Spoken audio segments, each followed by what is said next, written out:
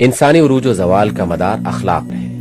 یہ دونوں حیثیتیں انسان کے اندر ملی جلی کام کر رہی ہیں اور مجموعی طور پر اس کی کامیابی و ناکامی اور اس کے عروج و زوال کا مدار مادی اور اخلاقی دونوں قسم کی قوتوں پر ہے۔ وہ بے نیاز تو نہ مادی قوتوں سے ہو سکتا ہے اور نہ اخلاقی قوت سے۔ اسے عروج ہوتا ہے تو دونوں کے بل پر ہوتا ہے، اور وہ گرتا ہے تو اسی وقت گرتا ہے جب یہ دونوں طاقتیں اس کے ہاتھ سے جاتی رہتی ہیں، یا ان میں سے وہ دوسروں کی بنسبت کمزور ہو جاتا ہے۔ لیکن اگر غائر نظر سے دیکھا جائے تو معلوم ہوگا کہ انسانی زندگی میں اصل فیصلہ کن اہمیت اخلاقی طاقت کی ہے، نہ کہ مادی طاقت کی۔ اس میں شک نہیں کہ مادی وسائل کا حصول، طبعی ذرائع کا استعمال اور اسباب خارجی کی موافقت بھی کامیابی کے لیے شرط لازم ہے، اور جب تک انسان اس عالم طبعی میں رہتا ہے یہ شرط کسی طرح ساقط نہیں ہو سکتی،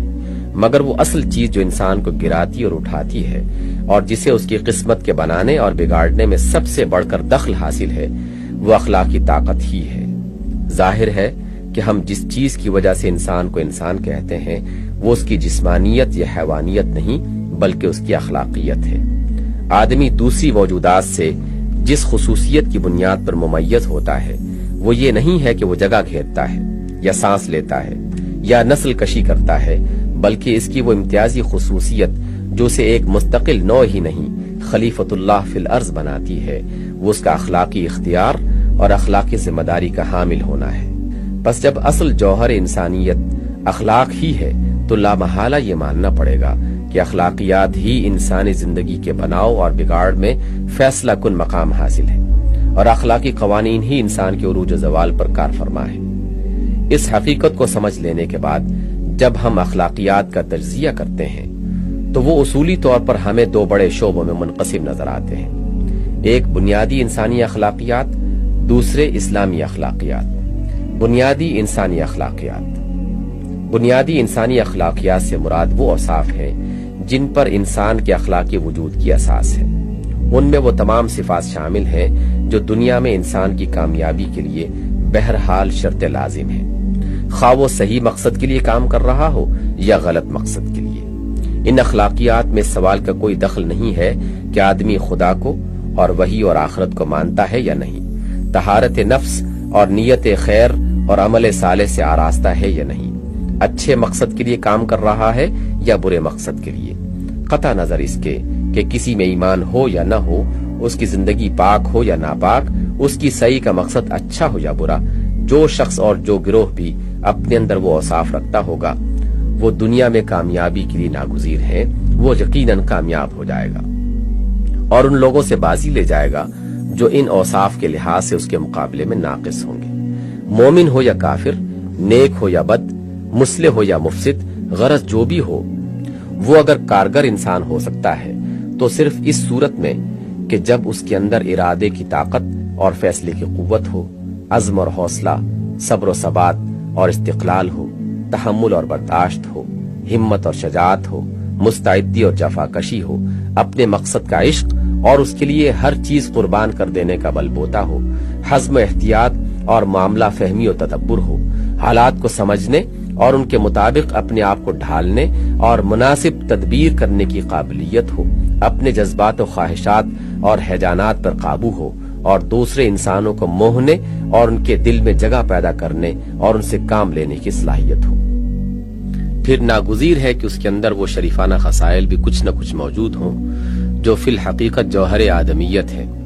اور جن کی بدولت آدمی کا وقار و اعتبار دنیا میں قائم ہوتا ہے، مثلا خودداری، فیاضی، رحم، ہمدردی، انصاف، وسعت قلب و نظر، سچائی، امانت، راست بازی، پاس عہد، معقولیت، اعتدال، شائستگی، طہارت و نظافت اور ذہن و نفس کا انضباط۔ یہ اوصاف اگر کسی قوم یا گروہ کے بیشتر افراد میں ہوں تو گویا یوں سمجھ لیجئے کہ اس کے پاس وہ سرمایہ انسانیت موجود ہے جس سے ایک طاقتور اجتماعیت وجود میں آ سکتی ہے، لیکن یہ سرمایہ مجتمع ہو کر بالفعل ایک مضبوط و مستحکم اور کارگر اجتماعی طاقت نہیں بن سکتا جب تک کچھ دوسرے اخلاقی اوصاف بھی اس کی مدد پر نہ آئیں۔ مثلا تمام یا بیشتر افراد کسی اجتماعی نسب العین پر متفق ہوں اور اس نسبالعین کو اپنی انفرادی اغراض بلکہ اپنی جان، مال اور اولاد سے بھی زیادہ عزیز تر رکھیں۔ ان کے اندر آپس کی محبت اور ہمدردی ہو، انہیں مل کر کام کرنا آتا ہو، وہ اپنی خودی اور نفسانیت کو کم از کم اس حد تک قربان کر سکیں جو منظم صحیح کے لیے ناگزیر ہے، وہ صحیح و غلط رہنما میں تمیز کر سکتے ہوں اور موضوع آدمیوں ہی کو اپنا رہنما بنائیں۔ ان کے رہنماؤں میں خلوص اور حسن تدبیر اور رہنمائی کی دوسری ضروری صفات موجود ہوں، اور خود قوم یا جماعت بھی اپنے رہنماؤں کی اطاعت کرنا جانتی ہو، ان پر اعتماد رکھتی ہو اور اپنے تمام ذہنی، جسمانی اور مادی ذرائع ان کے تصرف میں دے دینے پر تیار ہو۔ نیز پوری قوم کے اندر ایسی زندہ اور حساس رائے عام پائی جاتی ہو جو کسی ایسی چیز کو اپنے اندر پنپنے نہ دے جو اجتماعی فلاح کے لیے نقصان دہ ہو۔ یہ ہیں وہ اخلاقیات جن کو میں بنیادی اخلاقیات کے لفظ سے تعبیر کرتا ہوں، کیونکہ فی الواقع یہی اخلاقی اوصاف انسان کی اخلاقی طاقت کا اصل منبع ہیں، اور انسان کسی مقصد کے لیے بھی دنیا میں کامیاب صحیح نہیں کر سکتا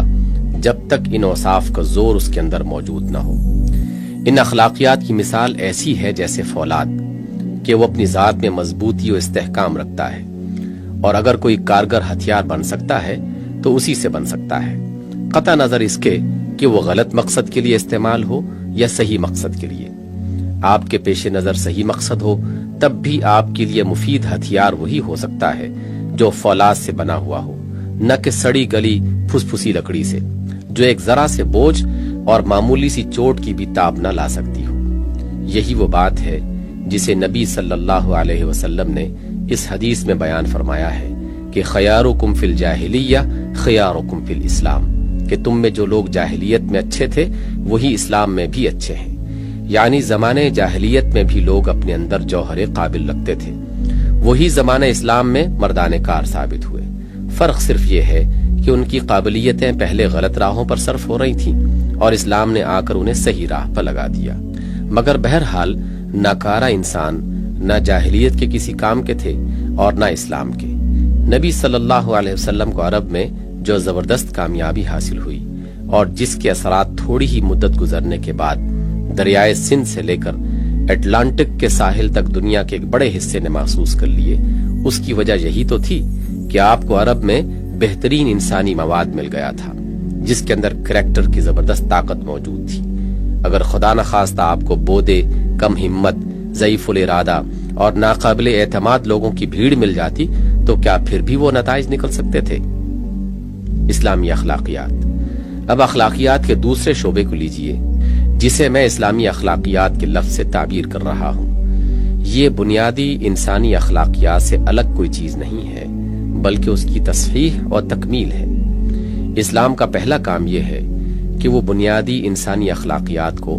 ایک صحیح مرکز و محور مہیا کر دیتا ہے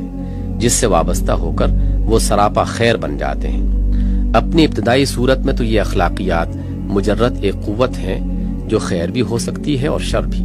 جس طرح تلوار کا حال یہ ہے کہ وہ بس ایک کاٹ ہے جو ڈاکو کے ہاتھ میں جا کر آلہ ظلم بھی بن سکتی ہے اور مجاہد فی سبیل اللہ کے ہاتھ میں جا کر وسیلہ خیر بھی۔ اسی طرح ان اخلاقیات کا بھی کسی شخص یا گروہ میں ہونا بجائے خود خیر نہیں ہے بلکہ اس کا خیر ہونا موقوف ہے اس امر پر کہ یہ قوت صحیح راہ میں صرف ہو اور اس کو صحیح راہ پر لگانے کی خدمت اسلام انجام دیتا ہے۔ اسلام کی دعوت توحید کا لازمی تقاضا یہ ہے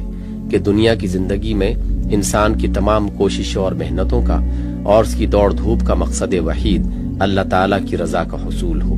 وَإِلَيْكَ نَسْعَى وَنَحْفِدُ، اور اس کا پورا دائرہ فکر و عمل ان حدود سے محدود ہو جائے جو اللہ نے اس کے لیے مقرر کر دی ہیں۔ إِيَّاكَ نَعْبُدُ وَلَكَ نُصَلِّي وَنَسْجُدُ۔ اسی اساسی اصلاح کا نتیجہ یہ ہے کہ وہ تمام بنیادی اخلاقیات جن کا بھی میں نے آپ سے ذکر کیا ہے صحیح راہ پر لگ جاتے ہیں، اور وہ قوت جو ان اخلاقیات کی موجودگی سے پیدا ہوتی ہے بجائے اس کے کہ نفس یا خاندان یا قوم یا ملک کی سربلندی پر ہر ممکن طریقے سے صرف ہو، خالص حق کی سربلندی پر صرف جائز طریقوں سے ہی صرف ہونے لگتی ہے۔ یہی چیز اس کو ایک مجرد قوت کے مرتبے سے اٹھا کر ایجاباً ایک بھلائی اور دنیا کے لیے ایک رحمت بنا دیتی ہے۔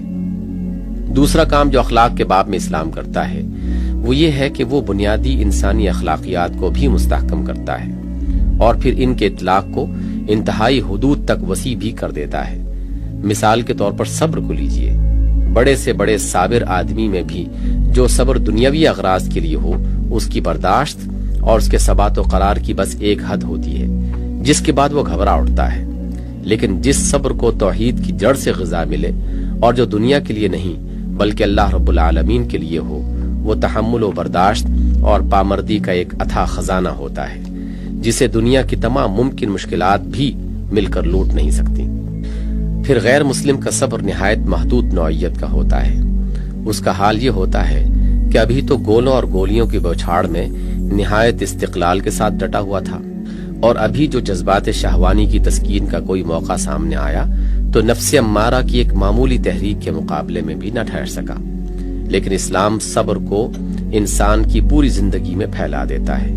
اور اسے صرف چند مخصوص قسم کے خطرات، مصائب اور مشکلات ہی کے مقابلے میں نہیں بلکہ ہر اس لالچ، ہر اس خوف اور ہر اس اندیشے اور ہر اس خواہش کے مقابلے میں ٹھہراؤ کی ایک زبردست طاقت بنا دیتا ہے جو آدمی کو راہ راست سے ہٹانے کی کوشش کرے۔ در حقیقت اسلام مومن کی پوری زندگی کو ایک صابرانہ زندگی بناتا ہے جس کا بنیادی اصول یہ ہے کہ عمر بھر صحیح طرز عمل پر قائم رہو، خواہ اس میں کتنے ہی خطرات و نقصانات اور مشکلات ہوں، اور اس دنیا کی زندگی میں اس کا کوئی مفید نتیجہ نکلتا نظر نہ آئے، اور کبھی فکر و عمل کی برائی اختیار نہ کرو، خواہ فائدوں اور امیدوں کا کیسا ہی خوشنما سبز باغ تمہارے سامنے لہلہا رہا ہو۔ یہ آخرت کے قطعی نتائج کی توقع پر دنیا کی ساری زندگی میں بدی سے رکنا اور خیر کی راہ پر جم کر چلنا اسلامی صبر ہے، اور اس کا ظہور لازماً ان شکلوں میں بھی ہوتا ہے جو بہت محدود پیمانے پر کفار کی زندگی میں نظر آتی ہے۔ اسی مثال پر دوسرے تمام بنیادی اخلاقیات کو بھی آپ قیاس کر سکتے ہیں۔ کفر کی زندگی میں صحیح فکری بنیاد نہ ہونے کی وجہ سے وہ ضعیف اور محدود ہوتے ہیں، اور اسلام ان سب کو ایک صحیح بنیاد دے کر محکم بھی کرتا ہے اور وسیع بھی کر دیتا ہے۔ اسلام کا تیسرا کام یہ ہے کہ وہ بنیادی اخلاقیات کی ابتدائی منزل پر اخلاق فاضلہ کی ایک نہایت شاندار بالائی منزل تعمیر کرتا ہے جس کی بدولت انسان اپنے شرف کی انتہائی بلندیوں پر پہنچ جاتا ہے۔ وہ اس کے نفس کو خود غرضی سے، نفسانیت سے، ظلم سے، بے حیائی اور خلاعت و بے قیدی سے پاک کر دیتا ہے، اور اس میں خدا پرستی، تقوی، پرہیزگاری اور حق پرستی پیدا کرتا ہے۔ اس کے اندر اخلاقی ذمہ داریوں کا شعور و احساس ابھارتا ہے، اس کو ضبط نفس کا خوگر بناتا ہے، اسے تمام مخلوقات کے لیے کریم، فیاض، رحیم، ہمدرد، امین، بے غرض، خیر خواہ، بے لوث، منصف اور ہر حال میں صادق و راست باز بنا دیتا ہے، اور اس میں ایک ایسی بلند پایا سیرت پرورش کرتا ہے جس سے ہمیشہ صرف بھلائی کی توقع ہو اور برائی کا کوئی اندیشہ نہ ہو۔ پھر اسلام آدمی کو محض نیک ہی بنانے پر اکتفا نہیں کرتا بلکہ حدیث رسول صلی اللہ علیہ وسلم کے الفاظ میں وہ اسے مفتاح للخیر مغلاق للشر، بھلائی کا دروازہ کھولنے والا اور برائی کا دروازہ بند کرنے والا بناتا ہے۔ یعنی وہ ایجاباً یہ مشن اس کے سپرد کرتا ہے کہ دنیا میں بھلائی پھیلائے اور برائی کو روکے۔ اس سیرت و اخلاق میں فطرتاً وہ حسن ہے، وہ کشش ہے، وہ بلا کی قوت تسخیر ہے کہ اگر کوئی منظم جماعت اس سیرت کی حامل ہو اور عملاً اس مشن کے لیے بھی کام کرے جو اسلام نے اس کے سپرد کیا ہے، تو اس کی جہانگیری کا مقابلہ کرنا دنیا کی کسی قوت کے بس کا کام نہیں۔